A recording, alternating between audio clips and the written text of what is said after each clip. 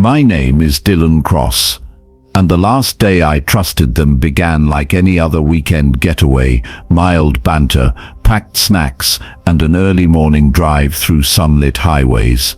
The plan, or so I thought, was simple. My wife Elise, her sisters, and I were heading to a lake house 2 states over for a relaxing break from the grind. The air in the car buzzed with their chatter, inside jokes I was never quite part of. Elise laughed with that effortless glow she wore around her family. Her 2 sisters, Rachel and Marissa, joined in, their voices bouncing off the windows like echoes of an old sitcom. I sat in the back seat, smiling at intervals, hands tucked into my jacket. They'd invited me. I had said yes because, well, I wanted to belong. Even after 4 years of marriage, I still hadn't been fully accepted. They liked to call it girl energy or sister space. I called it distance. Still, I didn't think much of it. Not then. We stopped at a gas station about halfway through. Elise turned back and smiled that sugary smile I used to fall for. "Hey babe, can you grab some drinks and snacks?" she asked, slipping a $20 bill into my palm. "Sure," I said, stretching my legs and heading inside. It took maybe 6 or 7 minutes, long enough to grab sodas, chips, and a little chocolate bar for Elise. I stepped out of the store into the blinding sun, balancing the plastic bag on one arm, and looked around. No car. I thought maybe they'd parked on the side. I walked around the lot once, then twice. Nothing. I pulled out my phone and called Elise, straight to voicemail. I called again, then Rachel, then Marissa. All dead air. At first I thought it was a prank. Maybe they were circling the block. Maybe they wanted a laugh. It wouldn't be the first time they'd pulled some harmless joke on me. Elise once replaced all my work shirts with hot pink ones and told me it was just for fun. But 5 minutes turned to 10. 10 turned to 30.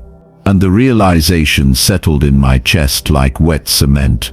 They weren't coming back. I sat on the curb, phone clutched in hand, heart thudding with humiliation. People passed me by, uninterested, unaware that my entire reality had just shifted. I could have called a friend, sure. But who do you call when your own wife drives off without you? When the woman you sleep beside decides you're expendable enough to ditch 200 miles from home? I didn't even know which direction they went. They'd taken everything, the bags, the keys, my backup charger, even my hoodie.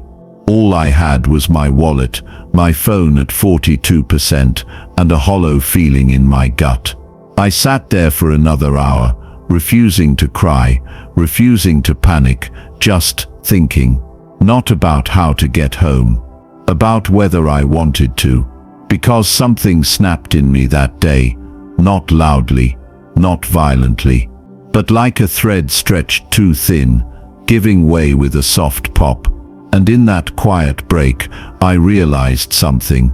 If they could leave me behind like that, maybe I never belonged in the first place. The small town was called Fairvale, just a blip on the map surrounded by farmland and forgotten exits. I only learned its name because the gas station clerk asked me, "You headed out of Fairvale or just dropped in?" "Dropped in," I said flatly, folding the 20 Elise gave me back into my wallet. It felt like a cruel souvenir. He glanced at my plastic bag, then at my empty hands. "Need a charger?" I nodded. "You got one for a Galaxy." He handed me a used one from behind the counter. $5. "But don't try reselling it. Thing barely works." I paid in silence. There's something oddly sobering about walking along a highway shoulder with no real destination. Just the crunch of gravel under your boots and a sun that doesn't care what happened to you. I could have called someone. My brother maybe. An old co-worker. But what would I say? Hey man, my wife and her sisters ditched me 2 states over as a prank. Mind picking me up? It sounded like a sitcom, except I wasn't laughing. I walked for hours, past cornfields and barns, churches with chipped signs, a diner with peeling paint that read, "Try our famous biscuits."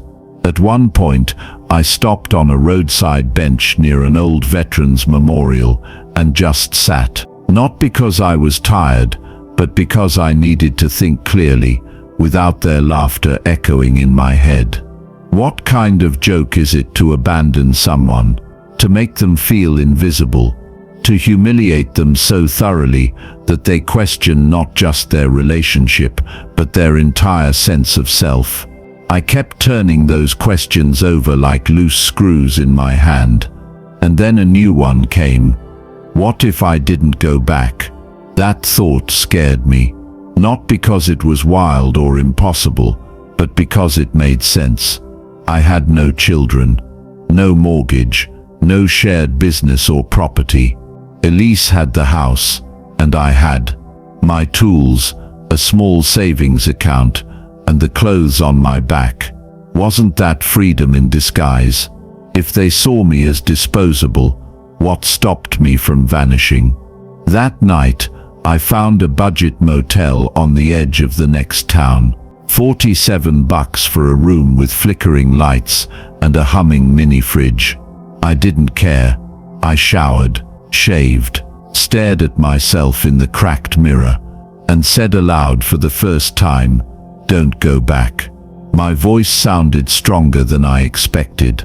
The next morning, I checked out early, picked up a bus schedule, and circled a name on the map, Hollow Ridge. A small town, 3 states south. I'd been there once during a job years ago. Quiet, cheap, off-grid. The kind of place where no one asked where you'd been, or who you used to be. Hollow Ridge wasn't the kind of place you moved to, it was where you ended up. Nestled between faded hills and a river that looked more like a stretched-out pond, the town barely made the state map. But it had something I needed more than skyline views or city lights. It had silence, and no one asking questions. The bus wheezed to a stop near the town square, a modest patch of cracked pavement bordered by a diner, a hardware store, and a faded sign that read, "Welcome to Hollow Ridge, a good place to start over." The irony made me smirk. I stepped off the bus with a single duffel bag, a partially charged phone, and a name I no longer felt attached to. But I wasn't here to explain who I was. I was here to build who I could be. The first few days were slow. I rented a room above a closed-down print shop. It smelled like dust and ink, but the landlady, Mrs. Connor, didn't ask for references, just a 2-week deposit and a promise not to bring in trouble. Fair deal. I spent my mornings walking, my afternoons scanning bulletin boards for help-wanted signs, and my evenings sitting at the diner counter, drinking weak coffee and scribbling in a notebook I bought for $1.99 at the pharmacy. At first, the pages were just sketches, random structures, ideas. But eventually I started writing. You are not what they think of you. You survived being erased. Start where the road ends. It wasn't poetry, but it was mine. On the 5th day, I found something. A help-wanted flyer, half-torn, hanging at the hardware store window. Labor needed. Old workshop clean-out cash pay. Light carpentry a plus. Ask for Roy behind the yard. I walked in, heart pacing like I'd found a thread of real life. Roy was in his 60s, built like a fridge and tanned like saddle leather. He looked me up and down and said, "You work with your hands or just looking for shade?" "I used to build decks, did some framing too," I replied. He nodded. "Good. We start at 7. Don't be late." The job wasn't glamorous. A dusty, sagging shed behind his late brother's house, filled with tools, half-rotted lumber, and rusted memory. But I knew how to clear a space, knew how to use a level, knew the smell of sawdust like it was part of my blood. Roy didn't talk much, but after 2 days he tossed me a key. Fix it up. Keep what you want. It's yours if you can make it stand. I blinked. You serious? He shrugged. You build it, you keep it. Just don't burn it down. That night I sat on the stoop of that old shed, listening to cicadas and watching the moon settle between the trees. I didn't have a plan. I barely had tools. But I had something I hadn't felt in weeks. A beginning. The shed looked like it had given up a long time ago. The roof sagged. One side of the structure had sunk into the soil. The door hung from one hinge like a dislocated shoulder, but the bones were there, tired, weather-worn bones, and something about that felt familiar. I unlocked the rusted padlock Roy had handed me and stepped inside. The air was thick with dust, age, and silence. Old chairs leaned against the walls. Cobwebs clung to the rafters, like quiet witnesses. I stood in the center and whispered to the emptiness, "Let's see what we can make of each other." The first few days were all sweat and grime. I cleared the debris, sorted what could be saved, and pried up warped floorboards with a crowbar I found beneath a pile of paint cans. My hands blistered, my back protested, but with every ache, I felt more alive. There was a rhythm to it. Lift, pull, breathe, as if with each stroke, I was hammering out a new self. Roy stopped by once a day, mostly to grunt and drop off materials. He never asked questions, and I didn't volunteer any. On the 4th day, he said, "You ever build furniture?" "Some," I replied, wiping sweat from my brow. "Custom benches mostly." He pointed toward a stack of reclaimed oak. "My wife wants a porch swing. Think you can manage?" I smiled. "Yeah, I think I can." At night I stayed in the shed long after sunset, working by lamplight and listening to the crickets tune up for the night. I brought in a folding cot, a thermos of coffee, and a small toolbox I'd borrowed from Roy's garage. I wasn't just fixing wood. I was restoring trust in myself. One night, while sanding down the frame of the swing, my phone buzzed in the pocket of my jacket. I hadn't looked at it in days, but curiosity got the better of me. 7 missed calls, all from Elise. No messages, no voicemails, just missed calls. I stared at the screen, thumb hovering over it, and then I turned it off. Let silence be her answer. 2 days later, I finished the swing, hung it on Roy's porch while he watched silently from a rocker. He tested it with a gentle push. It creaked once, then settled into a slow, perfect rhythm. He looked at me and nodded. "Good hands," he said. "Not everyone's got 'em." I didn't respond. I didn't need to, because in that moment, I wasn't the man who got left at a gas station. I was the man who built something that could hold weight. Roy's swing got more attention than I expected. 2 days after I installed it, a neighbor stopped by and asked who built it. The next morning, a woman from down the road came knocking with a picture of an old rocking chair she wanted restored. Then came a man with a warped door and someone else with a sagging bench. Word traveled fast in Hollow Ridge, faster than I was ready for. I wasn't advertising, but the work spoke for me. I turned part of the shed into a makeshift workshop.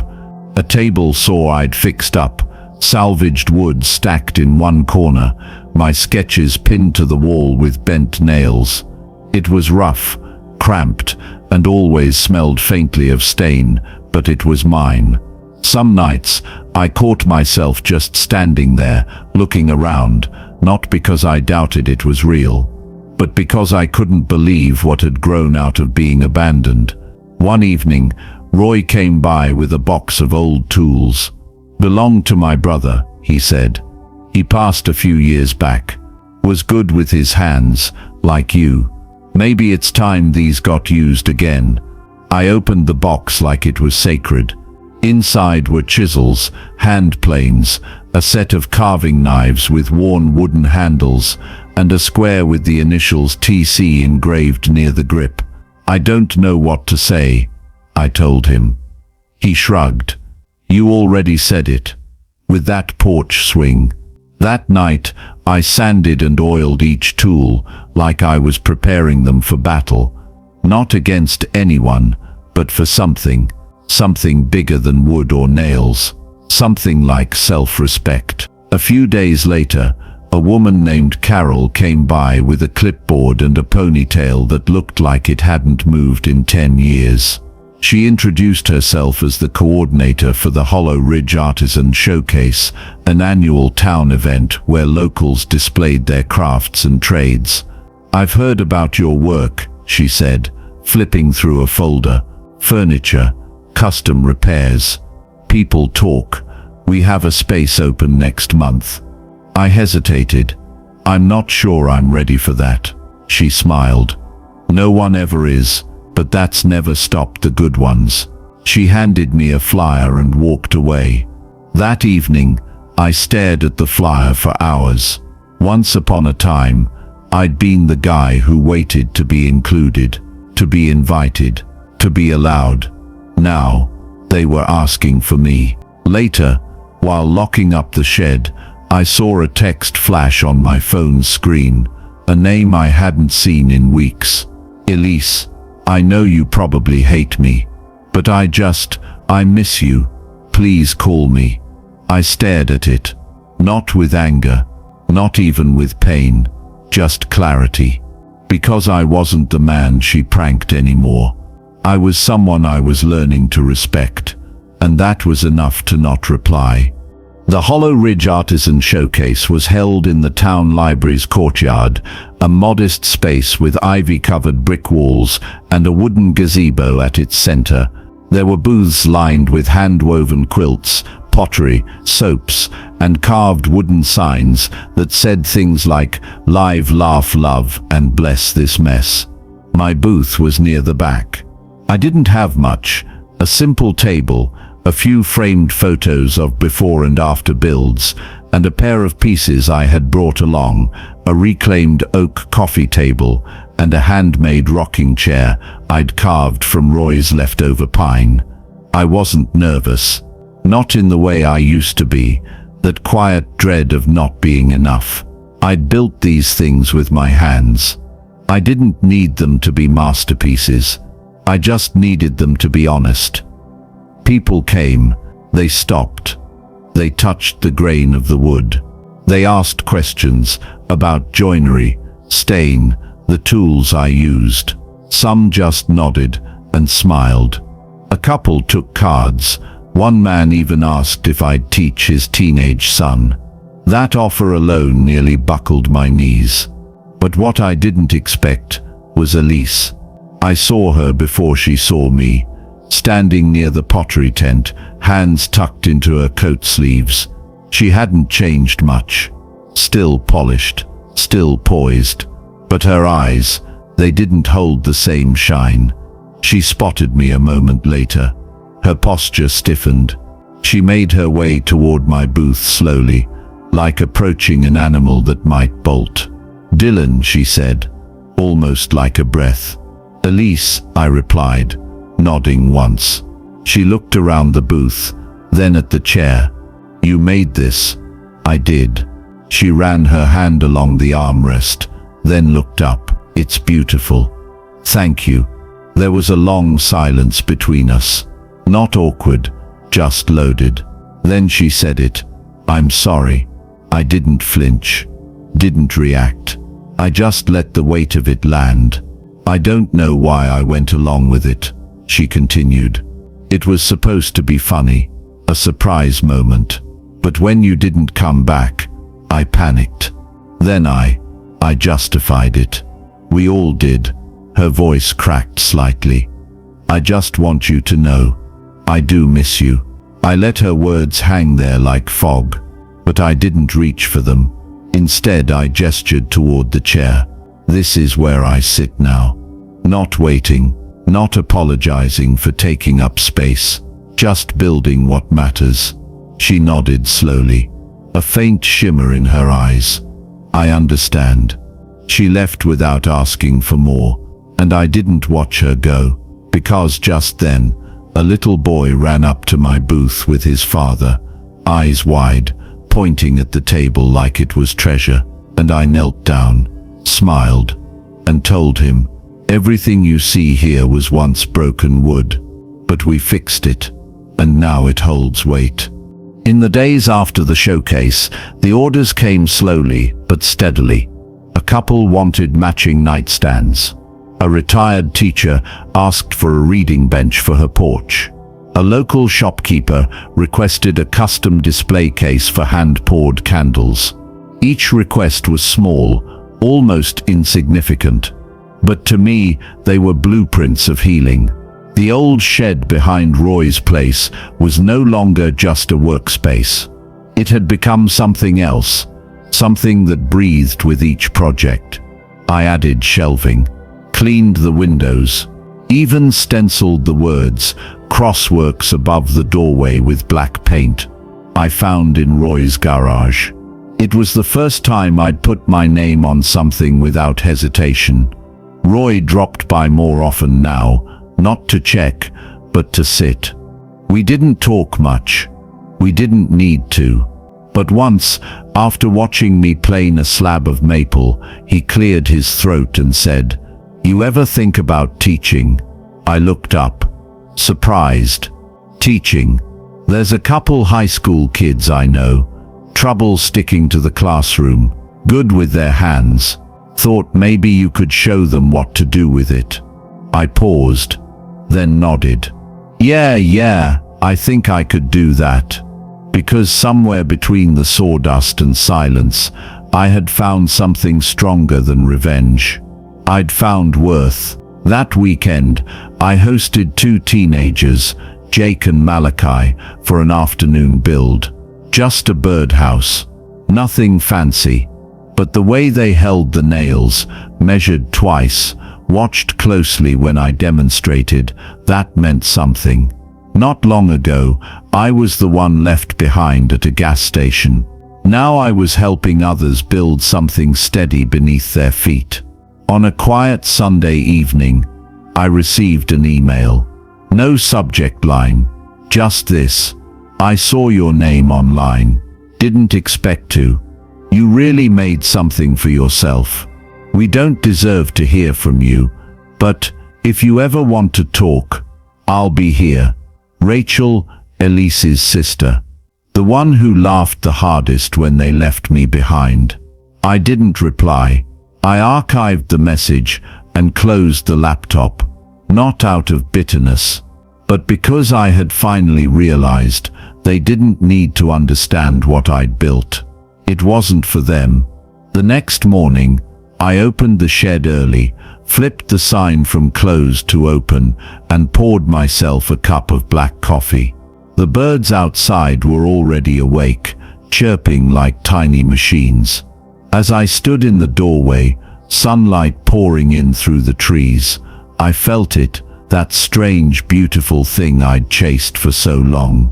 Not vengeance, not justice, not even closure, just quiet. And the power of being whole, exactly where I was once left hollow. It started with a request I didn't expect. A local non-profit had seen my work through town photos, word of mouth, maybe even that showcase flyer Elise once held in her hands. They were rebuilding a community center for youth outreach. Nothing big, just a place where kids could study, build, and stay off the street. They asked if I could build the tables. Sturdy ones, long, heavy, the kind that could hold books, elbows, dreams. "I don't have a crew," I told them. "You don't need one," they said. "You've got something better." I spent a week sketching, measuring, testing joints. I wanted these tables to last decades. I wanted each corner to feel like someone gave a damn. As I sanded the final edge of the first piece, a thought crossed my mind, one I hadn't considered in a long time. Would Elise recognize this version of me? Would any of them? But then I realized it didn't matter, because this version of me didn't exist to be recognized. He existed because he chose to. The center opened quietly that spring. The kids didn't care who built the tables. They just dropped their backpacks, opened their notebooks, and got to work. But I stayed a while, watched from the doorway as sunlight spilled across the wood and laughter filled the space. Roy stood beside me. "You ever think you'd end up here?" he asked. "No," I said softly, "but I think I always belonged here." He nodded. "Funny how being thrown out leads you to the place you should have started." Weeks later, I received a certified letter. No sender listed. Inside a note. "Your silence said more than our excuses ever could. You didn't just move on. You built something that will outlast every apology. We see that now." There was a check enclosed. A generous one. Signed by Elise. I didn't cash it. I didn't send it back either. I locked it in a drawer in the shed, like a relic from a war I had already won. Months passed. The shop grew. So did I. Not louder. Not richer. Just fuller. I had students now. Some older than me. Some barely 15. They didn't know my story. Just my work. And in every plank we cut, every screw we set, I taught them one lesson I had learned the hard way. If you let them define your worth, they'll price you cheap. But if you build yourself from the broken, you become the kind of strong they can't take credit for. That was my revenge. No shouting, no courtroom, no confrontation, just weight that holds, and a name carved into wood that no one can sand away.